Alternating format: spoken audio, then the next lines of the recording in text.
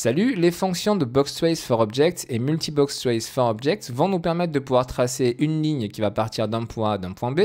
Et le long de ce vecteur, on va tout simplement déplacer une box. Et si cette box entre en collision avec un ou plusieurs acteurs, à ce moment-là, on va nous retourner une information comme quoi il y a eu collision. Cette fonction va nous permettre de gérer une seule collision, la première, et s'il y a plusieurs acteurs. Et celle-ci va permettre de nous gérer toutes les collisions qu'il y aura eu sur notre vecteur. Ça va être la seule différence entre ces deux fonctions. Vous voyez également qu'on a un trace for objects. C'est très important pour toutes les fonctions justement de tracer for objects. Ça va être un critère de sélection au niveau de notre collision. On va voir ça dans un instant. Regardez tout de suite l'exemple, ça va plus vous parler. Nous avons notre acteur ici qui est le cube et qui à chaque frame va exécuter notre fonction de boxTrace. Du coup, on a bien en mode débugage le tracé qui apparaît à l'écran. Alors je lui ai mis la même taille que le cube blanc, mais ça pourrait être plus petit, c'est pas un souci.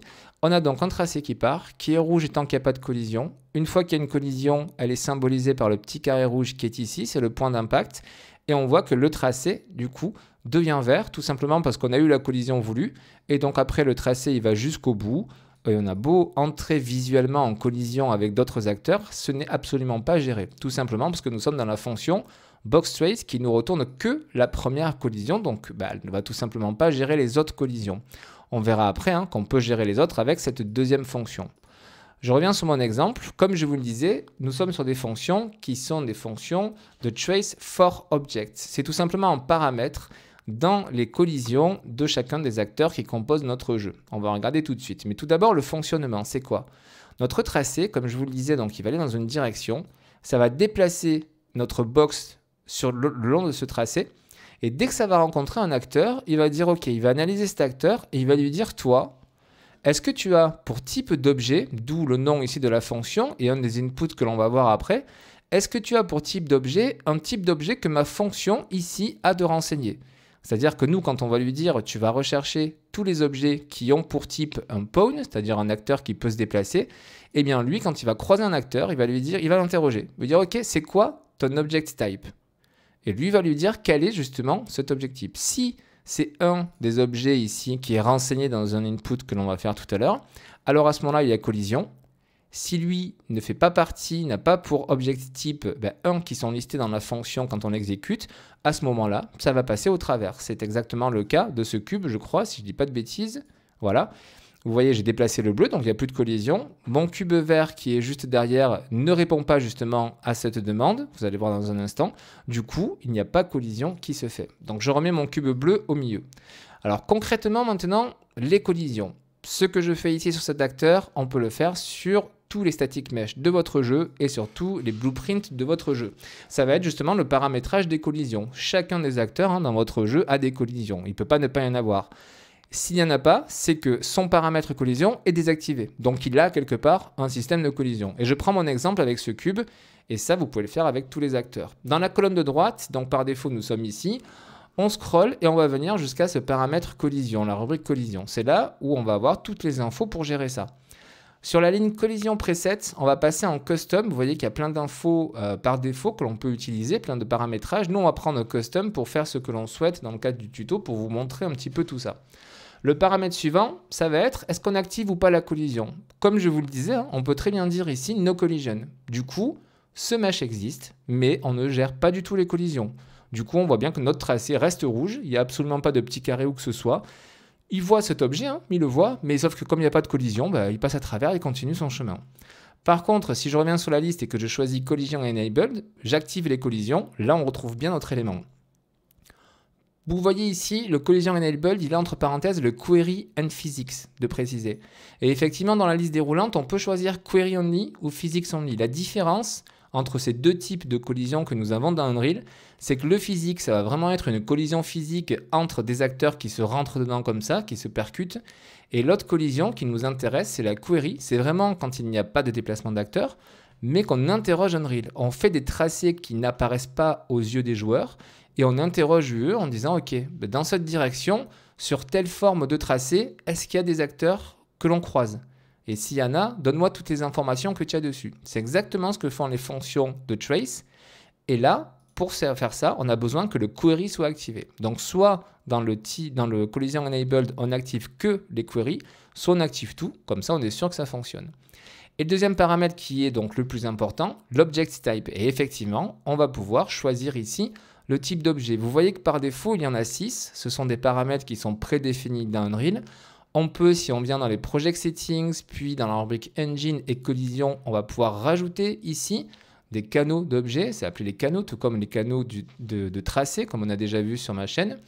Mais déjà, par défaut, donc vous en avez 6. Et ça va consister en quoi? Bien, pour chacun des objets que nous avons sur notre niveau, chacun des acteurs, on va pouvoir dire, OK, toi, même si tu as un static mesh, quand tu vas avoir une collision comme ça avec une fonction de trace, eh bien, on peut tricher. On peut dire que tu es un world dynamic, donc un objet dynamique. On peut dire que tu es un pawn, donc un acteur qui est censé se déplacer et que l'on peut prendre contrôle. Alors qu'à la base, c'est un simple static mesh, comme vous pouvez le voir dans le board outliner en haut. Ça va donc nous permettre de gérer un objet qui, à la base, a son propre type, un static mesh, mais lors d'une collision, on peut dire la collision doit te considérer comme un de ces états. Donc là, en l'occurrence, je mets un pawn.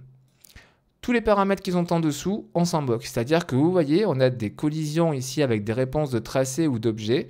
Même celles d'objet ne nous intéressent pas. Si j'ignore tout, j'ai quand même toujours ma collision. Ces fonctions de trace for objects feront toujours référence uniquement à ce paramètre-là d'object type, donc le type d'objet. Tout le reste, on s'en moque, on peut mettre les valeurs que l'on souhaite. Maintenant que l'on a fait ça, on va pouvoir passer à l'étude de nos inputs de notre fonction et vous allez enfin totalement comprendre du coup ce que l'on a fait. Les inputs ici sont exactement les mêmes dans les deux fonctions. Donc du coup, j'isole une pour avoir moins d'informations à l'écran et on étudie un petit peu tout ça. La première, le start, ça va être le point de départ de notre vecteur sur lequel on va déplacer notre box. Donc, ses coordonnées x, y et z. Même chose pour la fin de notre vecteur sur lequel notre box va se déplacer. On a ensuite le half size et l'orientation. C'est ce qui va nous permettre de définir la taille de notre cube et son orientation. C'est-à-dire que la taille, comme je vous le voyez là dans mon exemple, je lui ai attribué la même taille que mon cube blanc, mais on pourrait définir une taille plus petite, plus grande, ça on le rentre à la mano. À savoir que la taille, comme son nom l'indique, de l'input, c'est le half size, c'est-à-dire que ça va être la distance qu'il y a entre le centre du cube et une des faces, une des extrémités. Donc si vous voulez que votre cube ait une longueur de 100, à ce moment-là, il faut que vous rentriez que 50 pour qu'au final ça fasse 100, puisque ça va être automatiquement doublé dans UE. C'est vraiment la moitié de la taille pour traduire mot à mot. L'orientation, même chose, ça va nous permettre, si on le souhaite, de pouvoir changer l'orientation de notre tracé. C'est-à-dire que par exemple, si mon cube, je vais repasser en mode simulation pour que vous puissiez bien comprendre, si mon cube à la base il a une orientation, eh bien ça va être intéressant que mon tracé, lui aussi, on ne le voit pas très bien parce que les traits sont très fins, suive une orientation. Vous voyez là j'ai suivi, hop, et du coup j'ai mon tracé qui suit l'orientation. On pourrait très bien décider de ne pas le faire suivre, c'est-à-dire en venant ici, en renseignant des valeurs à la mano, en laissant 0 par exemple, mais on peut très bien donc changer l'orientation de ceci. Nous avons ensuite, paramètre qu'on a déjà vu, donc très important, le type d'objet. C'est-à-dire que quand on va exécuter cette fonction, on va dire OK, tu traces donc le long de ce segment, tu déplaces la box, et tu vérifies si tu rentres en collision avec des objets qui ont pour type, et là on va venir renseigner ceci. Vous voyez que c'est une valeur, une variable de type tableau, c'est-à-dire qu'on va pouvoir renseigner plusieurs types d'objets. Pour faire ceci, on peut notamment utiliser notre node makeArray qui nous permet de faire un tableau, de créer un tableau. On retrouve bien dans la liste déroulante les 6 types d'objets que nous avions, donc le statique, dynamique, le point, physique body, véhicule et destructible.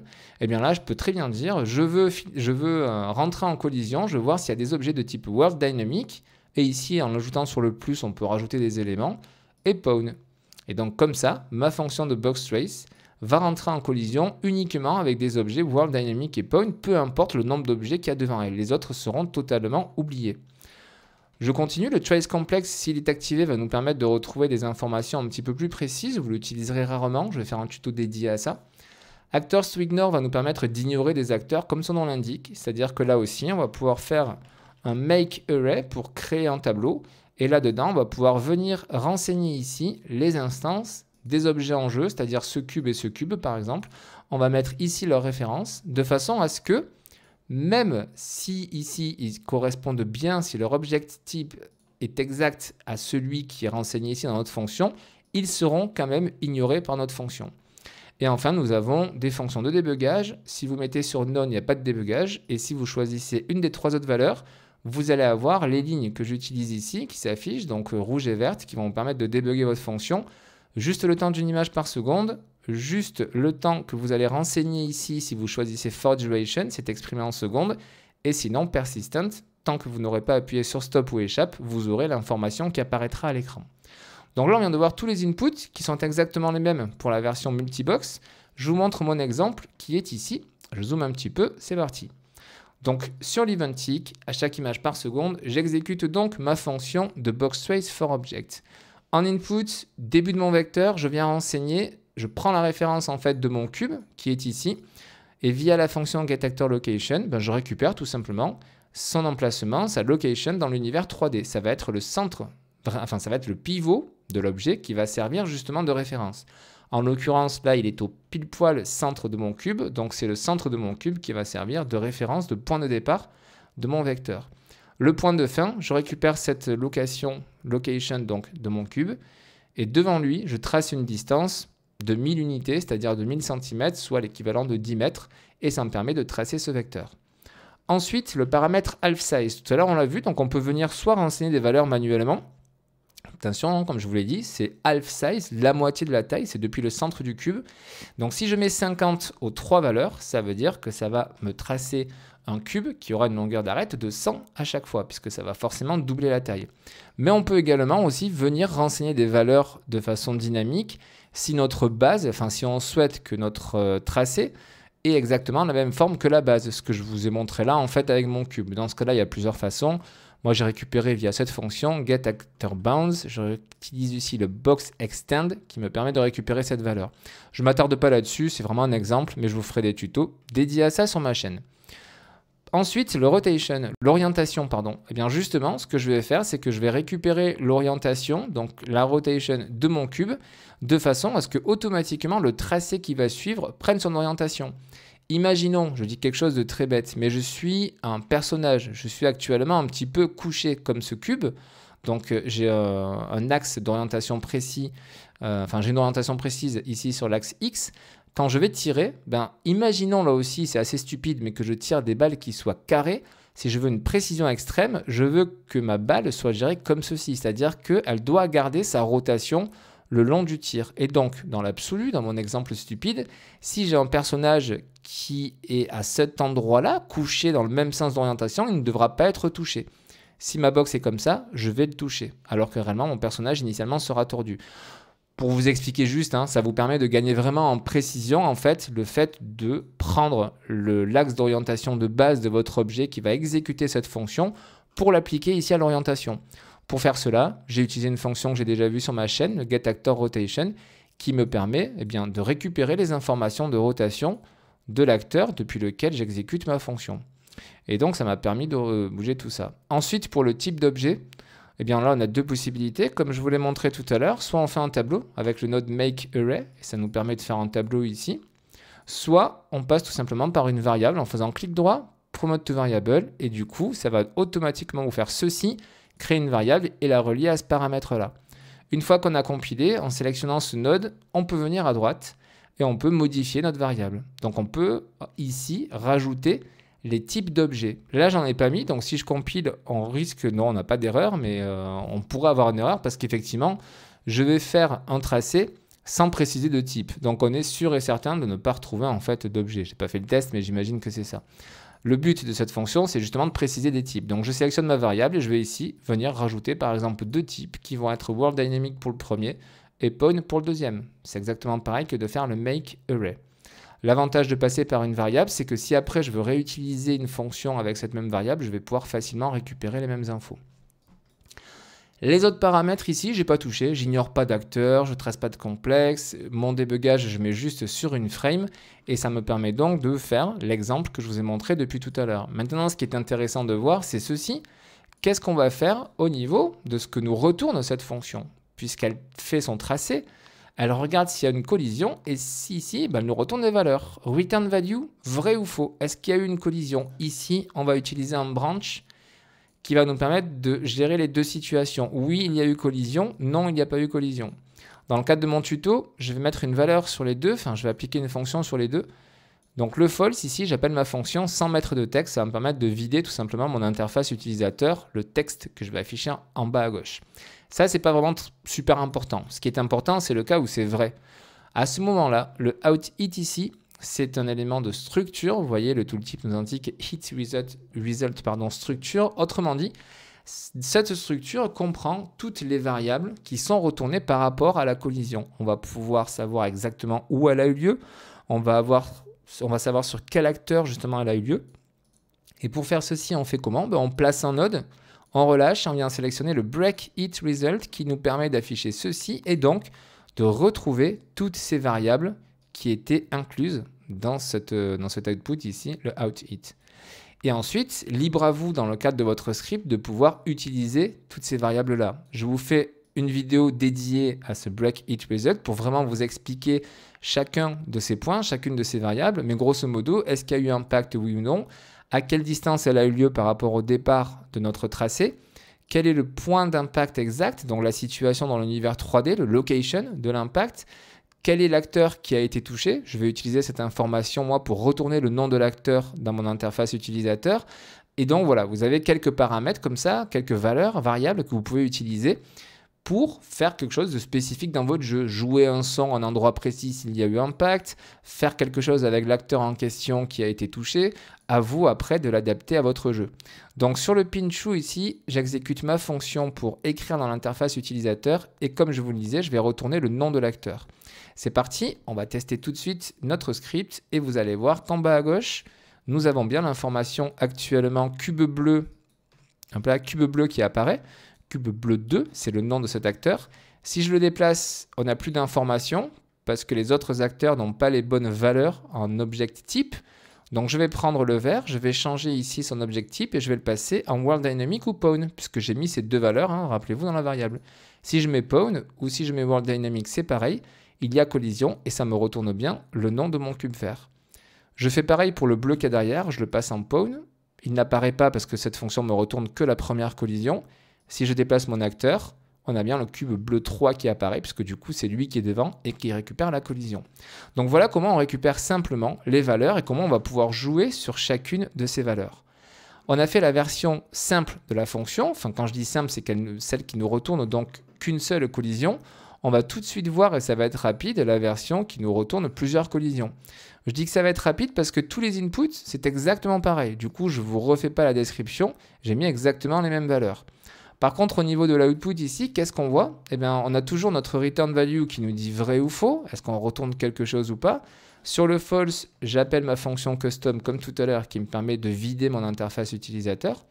Par contre, si c'est vrai, même chose. On va pouvoir exploiter ces valeurs. Sauf que cette fois-ci, on le voit bien, on n'est pas sur un cercle, on n'est pas sur une valeur unique, on est sur un tableau. Et c'est logique puisque cette fonction de multibox, elle va nous retourner plusieurs acteurs s'il y en a plusieurs.